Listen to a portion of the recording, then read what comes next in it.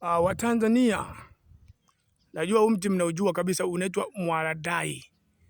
Kuna mtu asiyejua huu mti? Kuna asiyejua.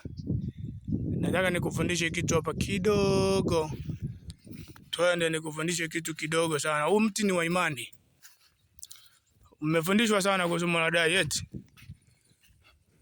Lakini kuna nini unajua kwenye mwaladai wewe? Zaidi ya kujua tu punje ya ladai ilitolewa mfano wa imani. Sasa kuna kitu nataka nikuoneshe kwenye mti, sio punje. Kwenye mti wa ladai. Kuwa makini na mimi Umeona aka kadudu unakaona aka juu Aka ni kamti kalikootea kwenye tawi la mwaladai, ila chenyewe sio mwaladai. Aka kiufupi ni kirusi. Unalikokaona hako ni kamti kameotea kwenye tawi la mwaladai. Sasa aka kana kazi gani kwenye huo mti?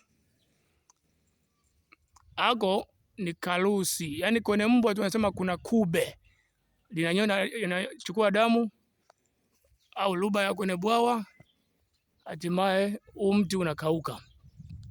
Umeona Huu mti ukikauka, ake mwaladai umekufa. Ako nako kaona hako. Kangine haka huku.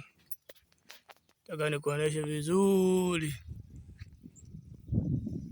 Kengine hako hapo umekaona? Aka ni karusi. Umekaona kale? Ni kamti. Sasa aka kamti kananyonya huu mwaladai. Baada ya muda utashangaa mwaladai unaanza kukauka tawi moja baada ya moja. Shida nini? Aka kamti kamenyonya. Umekaona? Ako hapo. Ako ni kamti kalikoota. Kwa hiyo kakinyonya, unashangaa mwaladai unakauka. Shida nini? Kumbe kuna kiugonjwa kaliingia, wewe hujakatoa kwa wakati. Kwa hiyo kuna ugonjwa juu ya mti wa mwaladai. Hata kama kwenye pela ukiona kimeotea hicho, inatakiwa uwahi kukikata pale kiko kaa, ukiondoshe kabisa. Kwa hili ni somo la imani kabisa, kama Mungu alivyomwambia Ibrahimu, jitenge na rusu. Jitenge na rusu. Kwa hiyo na wewe ili mti wako uwe salama, utenge na karusi yako hapo. Ako ni kamti kalikoota juu ya tawi la mwaladai. Kwa msingi ukikaacha hako, katanyonya uhai wa mti wa mwaladai. So unaonaga mwaladai inakauka ghafla, unamwagilia, unashangaa unafanya kila kitu lakini hauendelei. Kumbe kuna vimiti vimeota kama hivi bila wewe kujua. Haka ni kakirusi. Kwa hiyo shituka, katoe mapema. Aka ni kirusi yako. Umekaona kwa uzuri yako Chunguza mti mzima uweze kukaona hako. Mti wa mwaladai wote uweze kukaona hako. Umeona Mti wa mwaladai wote uweze kukaona hako. Kwa hiyo ni somo la imani. Kuna vitu lazima uviondoe ili kuleta ustawi. Hata kwenye maisha ya mwanadamu. Kuna vitu usipoviondoa utaona kwamba haukui kanisani kwa wazazi, haukui kazini.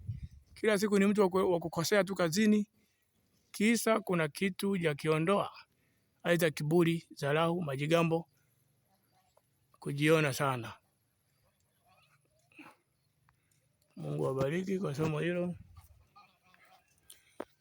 Mpaka hapo mtakuwa mmenielewa nini nimemaanisha kuhusu huu mti wa mwaladai huu hapo. Kwa hiyo msiojua mti wa mwaladai huu hapo. Umeona